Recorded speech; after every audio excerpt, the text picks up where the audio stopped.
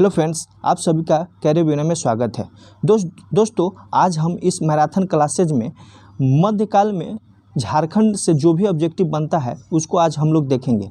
दोस्तों इससे पहले हम लोगों ने इतिहास का क्वेश्चन देखा है और झारखंड का जो भूगोल और पर्यावरण है उसका कंप्लीट ऑब्जेक्टिव क्वेश्चन हम लोग देख चुके हैं। अगर आप नहीं देखे हैं तो आप प्लेलिस्ट में जा सकते हैं और अगर इसका PDF चाहिए तो टेलीग्राम से जुड़ सकते हैं और इसका लिंक जो है डिस्क्रिप्शन में दिया है। दोस्तों अगर JSS CGL का आप तैयारी करते हैं तो आप आंख बंद करके इस चैनल से जुड़ जाइए, क्योंकि यहाँ पे पेपर 2 पेपर 3 का जो भी सिलेबस है यहाँ पे कंप्लीट कराया जा रहा है। और अगर आप प्रैक्टिस करना चाहते हैं तो प्रैक्टिस भी कर सकते हैं। ये सारा इस चैनल पर आपको उपलब्ध है और फ्री में उपलब्ध है। तो आप लोग इस चैनल से जुड़िए और दोस्तों को भी जोड़िए। चलिए दोस्त, अब हम स्टार्ट करते हैं। फर्स्ट क्वेश्चन है कि महामाया मंदिर किस स्थान पे है। तो दोस्तों पहले हम लोग जानेंगे कि महामाया मंदिर जो है किसके शासनकाल में ये बना था।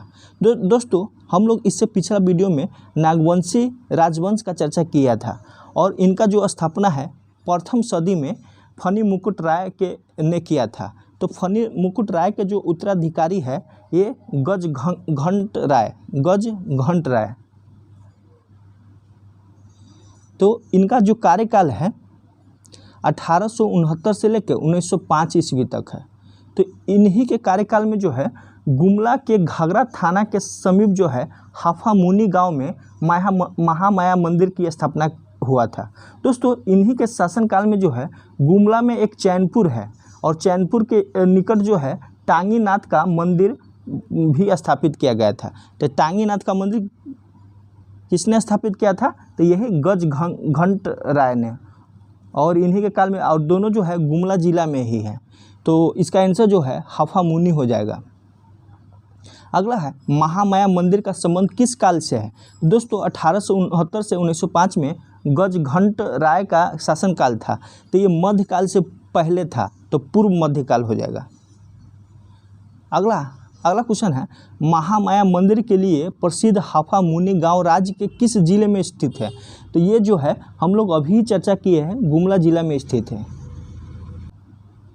अगला क्वेश्चन है कि हाफामुनि गांव में स्थित महामाया मंदिर का निर्माण किसने कराया। तो यही गजघंट राय ने कराया था और ये नागवंशी शासक था।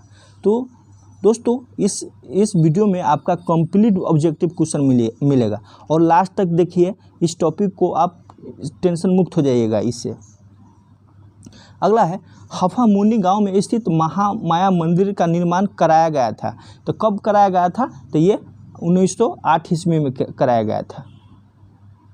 कब? 1908 ईस्वी में।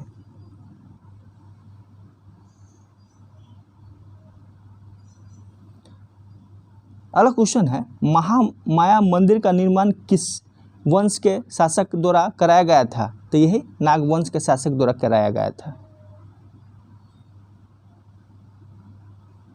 अगला है हाफामुनि गांव के महामाया मंदिर में निम्न में से किसके हाथों विष्णु की प्रतिमा स्थापित कराई गई थी। तो ये सियानाथ देव के हाथों से विष्णु की प्रतिमा स्थापित किया गया था। अगला है महामाया मंदिर का प्रथम पुरोहित था। तो महामाया मंदिर का जो है प्रथम पुरोहित हरिनाथ था।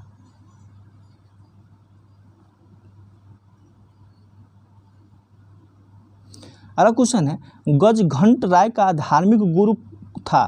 तो धार्मिक गुरु कौन था? तो हरिनाथ था। देखिए दोस्त, इससे कंप्लीट क्वेश्चन मिल रहा है। टांगीनाथ का मंदिर झारखंड के किस जिले में अवस्थित है। तो टांगीनाथ का मंदिर जो है झारखंड के गुमला जिले में स्थित है। तो इसका भी हम लोग चर्चा किए हैं। ये भी जो है गजघंट राय के शासनकाल में बना है। गुमला में स्थित टांगीनाथ मंदिर का निर्माण किस काल में हुआ है। तो किस काल में हुआ है? तो ये पूर्व मध्यकाल में। अगला क्वेश्चन है अष्टभुजी छिन्नमस्तिका शक्तिपीठ निम्न में से किस पर अवस्थित है, किस स्थान पर अवस्थित है। तो किस स्थान पर अवस्थित है? तो ये रजरप्पा में स्थित है। अगला है रजरप्पा झारखंड राज्य के किस जिले में है। तो रजरप्पा झारखंड राज्य के रामगढ़ जिले में है। अगला है रजरप्पा में स्थित छिनका मस्तिका शक्तिपीठ का संबंध निम्न में से किस काल से है? तो किस काल से है? तो ये पूर्व मध्यकाल से है। अगला है झारखंड के किस स्थान से पाल शासक महेंद्र पाल के शिलालेख प्राप्त हुआ है?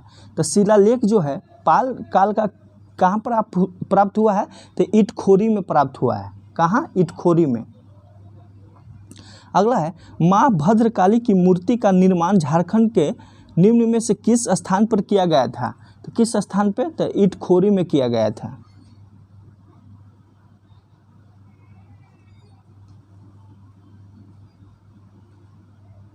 अगला क्वेश्चन है इटखोरी में माँ भद्रकाली की मूर्ति का निर्माण निम्न में से किस शासनकाल में किया गया था?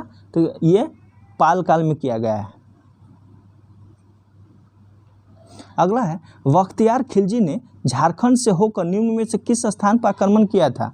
तो दोस्तों बख्तियार खिलजी ने नादिया से होकर माने झारखंड से होकर नादिया पर आक्रमण किया था। कहाँ? नादिया में। अगला क्वेश्चन है बख्तियार खिलजी ने किस शताब्दी में झारखंड से होकर नादिया पर आक्रमण किया था? तो किस शताब्दी में? तो ये 13वीं शताब्दी में। अगला है बख्तियार खिलजी के नादिया आक्रमण के समय बंगाल में सेन वंश का कौन शासक था? तो सेन वंश का जो शासक था ये लक्ष्मण सेन था। कौन? लक्ष्मण सेन। अगला है गुलाम वंश के संदर्भ में निम्न में से कौन सा कथन सत्य है? तो फर्स्ट दिया है कि गुलाम वंश के समय झारखंड की सीमा में मुस्लिम सेनाओं की छावनियाँ स्थापित हुआ था। तो ये सही है। अगला है इल्तुतमिश तथा बलबन के शासनकाल में इनके प्रभाव से झारखंड मुक्त रहा। ये भी सही है। गुलाम वंश के शासक इल्तुतमिश तथा बलबन के समय झारखंड में नागवंशी राजा हरिकर्ण का शासन था। ये भी सही है। तो कंप्लीट सही हो गया। अगला है इल्तुतमिश तथा बलबन के समय झारखंड इनके प्रभाव से मुक्त था क्योंकि यहाँ नागवंश के एक शक्तिशाली राजा का शासन था। वह राजा कौन था? तो वह राजा जो है हरिकर्ण था।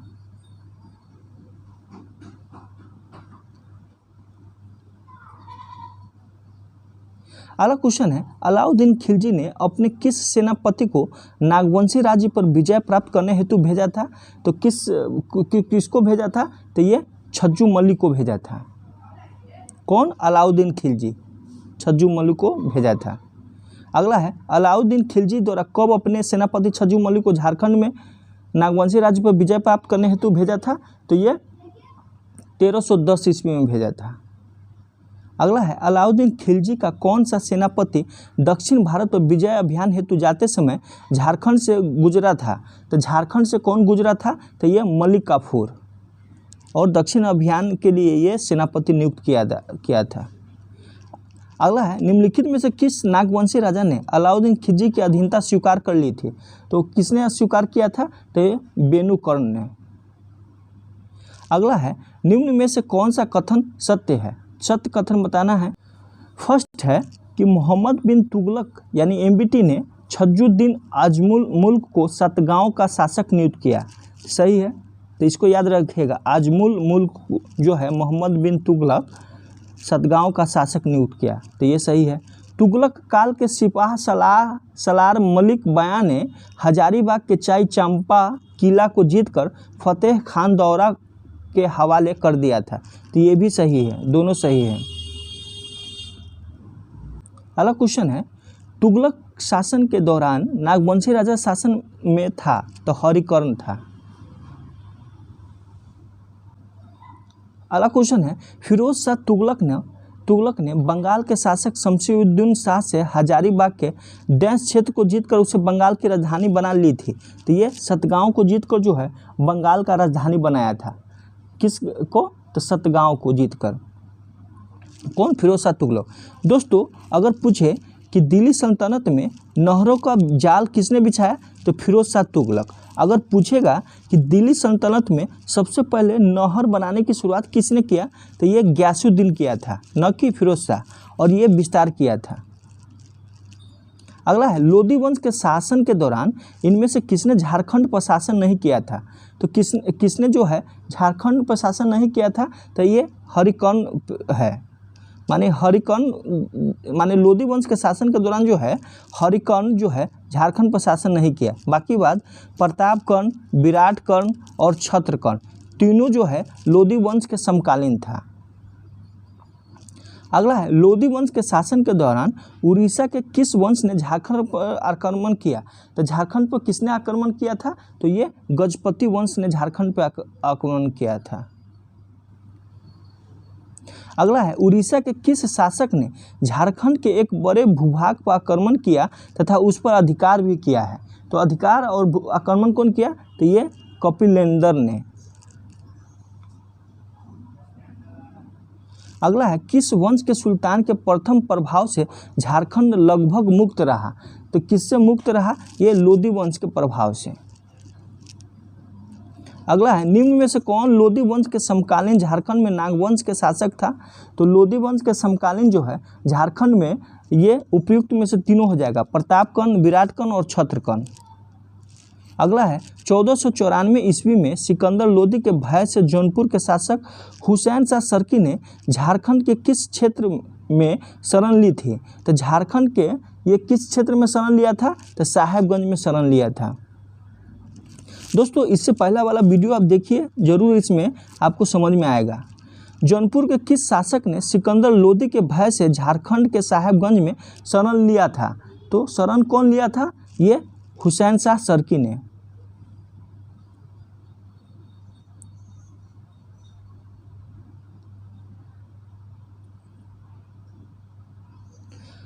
अगला है निम्न में से किसे झारखंडी सुल्तान के नाम से जाना जाता है? तो झारखंडी सुल्तान के नाम से आदिल शाह द्वितीय को जाना जाता है। अगला है शेर शाह ने झारखंड के किस क्षेत्र का उपयोग अपने बंगाल अभियान में किया था? तो बंगाल अभियान में जो शेर शाह ने राजमहल क्षेत्र का उपयोग किया था। शेर शाह के सेनापति खवास खां ने किस चेरो शासक को पराजित करके श्याम सुंदर नामक हाथी प्राप्त किया था? दोस्तों ये बहुत ही बेस्ट क्वेश्चन है। श्याम सुंदर जो है हाथी का नाम है, तो इसको याद रखिएगा। महारथ चेरो का जो हाथी का नाम था श्याम सुंदर। अगला है निम्न में से कौन सा कथन असत्य है? असत्य को बताना। फर्स्ट क्वेश्चन है शेर शाह के शासनकाल में झारखंड में शाही सिक्कों का प्रचलन तेजी आई। सही है। अगला है शेर शाह ने मुगलों के विरुद्ध अपने अभियान में झारखंड के जंगलों का व्यापक तौर पर प्रयोग किया। सही है। अगला है झारखंड क्षेत्र में आक्रमण करने का शेर शाह का मुख्य उद्देश्य श्याम सुंदर नामक हाथी प्राप्त करना था। ये भी सही है। तो उपयुक्त में से सभी सही है, गलत एक भी नहीं है। अगला है मुगल अफगान संघर्ष के दौरान हुमायूं झारखंड के किस स्थान तक आया था? तो हुमायूं जो है झारखंड के भूरकुंडा तक आया था। जुनैद कर्रानी व मुगलों के बीच झारखंड के रामपुर क्षेत्र में हुए संघर्ष में मुगलों की जीत हुई थी। यह रामपुर क्षेत्र वर्तमान में कहाँ है? तो यह रामपुर क्षेत्र वर्तमान में रामगढ़ में है।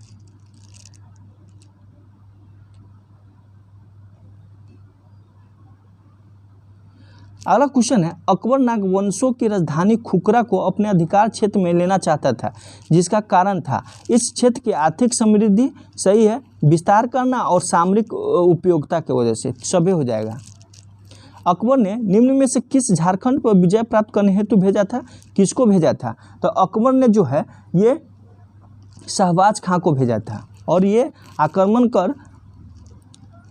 किस पर किया था? तो ये शहबाज खां ने मधुकरण शाह पे आक्रमण किया था। किस पे? मधुकरण शाह पे। और फिर यहाँ सूबेदार भी नियुक्त किया, आगे दिया होगा। निम्न में से किस मुगल शासक ने झारखंड को सर्वप्रथम अपना करदाता बनाया? तो ये अकबर ने बनाया था। और 1589 में अकबर ने निम्न में से किसे बिहार झारखंड का सूबेदार नियुक्त किया? तो 1589 में जो है ये मान सिंह को नियुक्त किया था, मान सिंह को।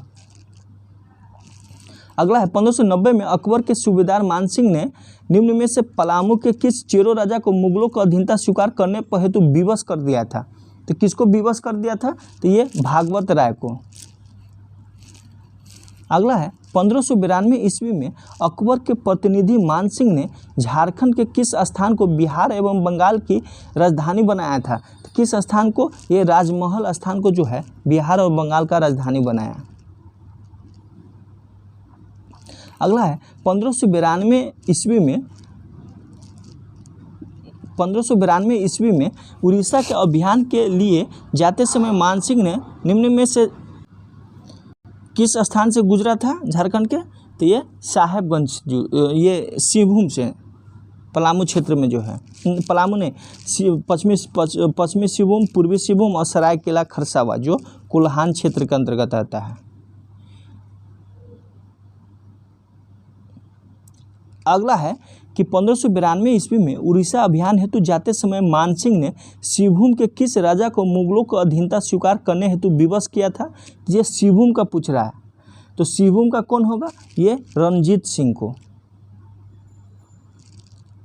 अगला है निम्न में से किस मुगलकालीन सूबेदार ने परकोटा व महल के नगरों का नामकरण अकबर नगर के रूप में किया? तो किसने किया? तो ये माने सिंह होगा, मान सिंह। अगला है 1590-91 ईस्वी के आसपास मिदनापुर अभियान पर जाते समय निम्न में से किस मुगल सूबेदार ने मानभूम क्षेत्र के पारा व तेलकुपी में मंदिरों का जीर्णोद्धार किया? मंदिरों का जीर्णोद्धार कराया, तो किसने कराया था? तो ये मानसिंह ने कराया था। अगला क्वेश्चन है आईने अकबरी के अनुसार हजारीबाग के छई व चंपा क्षेत्र की मालगुजारी थी, तो कितना मालगुजारी था? तो ये 15,500 रुपया, 15,500। कोकरह के नागवंशी शासक को मुगल कालीन ग्रंथों में जमींदार ये खा आलमा से संबोधित किया गया। इस शब्द का क्या अर्थ है? तो इस शब्द का जो अर्थ है ये हीरे के खान का मालिक। अगला क्वेश्चन है कि निम्न में से किस ग्रंथ में झारखंड के स्थानीय लोगों द्वारा शंख नदी से हीरे प्राप्त करने के तरीकों का वर्णन किया गया है? तो ये तुजुके जहांगीरी में किया गया है। शंख नदी से जो है हीरा कैसे निकाला जाता है उसका तरीका बताया है। प्रसिद्ध पुस्तक तुजुके जहांगीरी के अनुसार मुगल शासक जहांगीर ने किस वर्ष इब्राहिम खां को खोखरा विजय हेतु भेजा था? तो इब्राहिम खां को जो है 1615 ईस्वी में जहांगीर ने खोखरा विजय हेतु भेजा था। झारखंड के कौन से चेरा राजा जहांगीर के समकालीन था? तो कौन सा चेरा राजा जहांगीर के समकालीन था? तो अनंत राय। अगला क्वेश्चन है मुगल शासक जहांगीर के शासनकाल में निम्न में से कौन झारखंड का राज्यपाल था? तो झारखंड का राज्यपाल जो था इब्राहिम खां था। अगला है झारखंड के नागवंशी शासक दुर्जन साल को जहांगीर के द्वारा कौन सी उपाधि प्रदान की गई थी? तो ये शाह की उपाधि प्रदान की गई थी। दोस्तों ये उपाधि क्यों प्रदान किया गया? ये दुर्जन साल जो था ये नागवंशी राजा ही है, और ये जो है हीरा का परख इनके पास बहुत था, यानी हीरा को पहचान लेता था। इसी से खुश होकर जो है जहांगीर ने इसको शाह की उपाधि दिया था। इसको 12 वर्ष तक बंदी भी बना कर रखा था और 6,000 कर देने के वादे पे इनको छोड़ा गया था। नागवंशी राजा दुर्जन शाह को कितने वर्षों तक ग्वालियर के किले में कैद रखा गया था? तो यही 12 वर्ष तक। और निम्न में से कौन सा नागवंशी राजा हीरो का पारखी था? तो यही दुर्जन शाह था, हीरो का पारखी।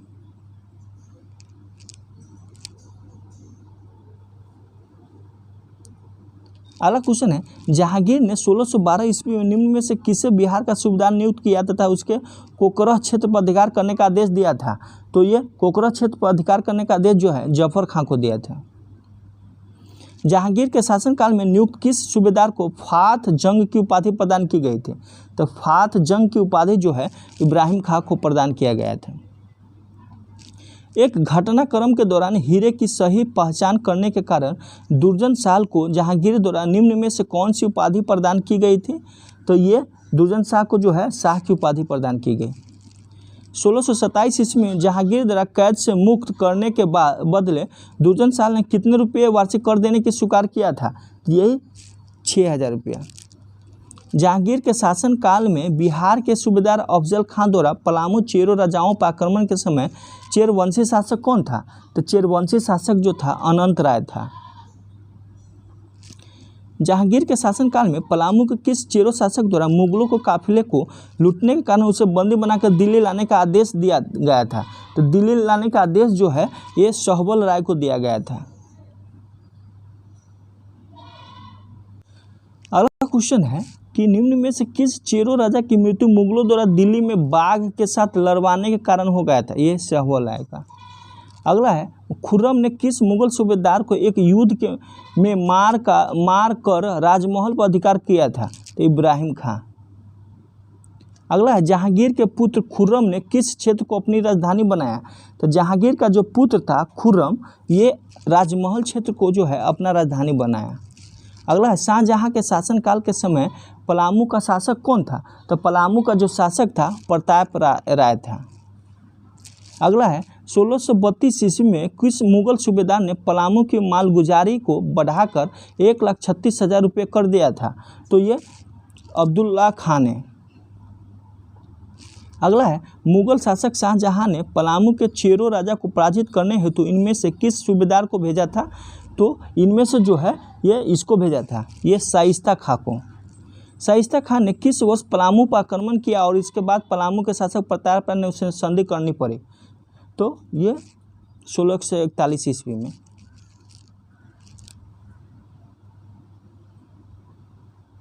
1643 ईस्वी में शाहजहां द्वारा निम्न में से किसे बिहार का सूबेदार नियुक्त करते हुए पलामू के राजा के विरुद्ध कर देने से मना करने के कारण कार्रवाई हेतु आदेश दिया गया था? तो किसको दिया गया था? तो ये इत्तिकाद खां को, इत्तिकाद खां को। अगला, इत्तिकाद खां की सिफारिश पर शाहजहां द्वारा प्रताप राय को कितना मनसब प्रदान किया गया था? तो प्रताप राय को 1000 मनसब प्रदान किया गया। प्रताप राय ने मुगल सूबेदार इत्तिकाद खां के संधि करने के पश्चात कितना रुपया वार्षिक मालगुजारी देना स्वीकार किया था? तो ये 1 करोड़ रुपया। प्रताप राय को संधि हेतु विवश करने वाले जबरदस्त खां को कितने मनसब की मनसबदारी प्रदान की गई थी? तो ये 2000 की मनसब। निम्न में से किस स्थान पर मुगलों का एक टकसाल भी था? तो मुगलों का टकसाल जो है ये राजमहल एरिया में था। निम्न में से कौन सा नागवंशी राजा औरंगजेब के समकालीन था? तो औरंगजेब के समकालीन राम शाह और रघुनाथ शाह दोनों था।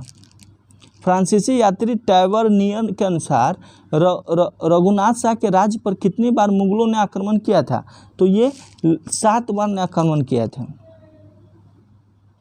अगला क्वेश्चन है, किस मुगल शासक के शासनकाल में चेरोवंशी राजा मेदिनी राय ने नागवंशी राजा रघुनाथ शाह की राजधानी दोयसा पर आक्रमण करके पत्थर का एक विशाल फाटक प्राप्त किया जिसे नागपुर दरवाज़ा भी कहा जाता है? तो दोयसा राजधानी किसका था? तो दोयसा राजधानी ये दुर्जन शाह का था। इसी पर आक्रमण करके और जो ले गया उसका नाम नागपुर दरवाज़ा रखा गया। तो ये औरंगजेब था उस समय। अगला है, औरंगजेब ने इनमें से किस सूबेदार को पलामू के चेरोवंशी राजा मेदिनी राय पर आक्रमण करने हेतु भेजा था?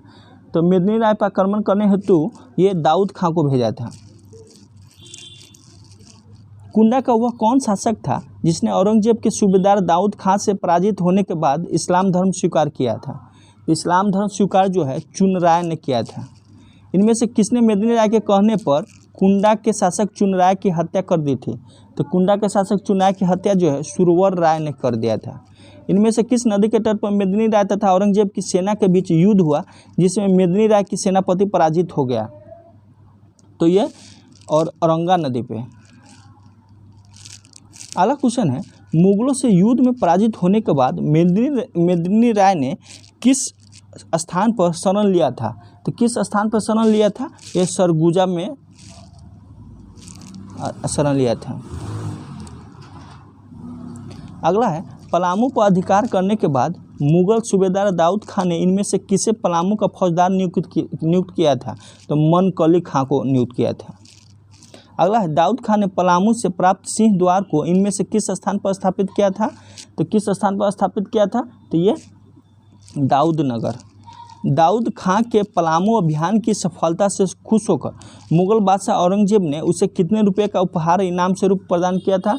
तो कितने रुपए का दिया था? तो 50,000 रुपया। अगला है, औरंगजेब के शासन में रामगढ़ का राजा कौन था? तो रामगढ़ का राजा जो था ये दलेल सिंह था। दलेल सिंह ने अपनी राजधानी को बादम क्यों स्थानांतरित किया? बादम सूखाग्रस्त था और फिर है कि बादम मुस्लिम आक्रमणकारियों की मार्ग पर अवस्थित था, ये सही होगा। बादम जो है मुस्लिम आक्रमणकारी जो था ना उसके मार्ग पर अवस्थित था। अगला है रामगढ़ के शासक दलेल सिंह ने बादम से हटाकर अपनी राजधानी को किस स्थान पर स्थानांतरित किया, तो ये रामगढ़ पे।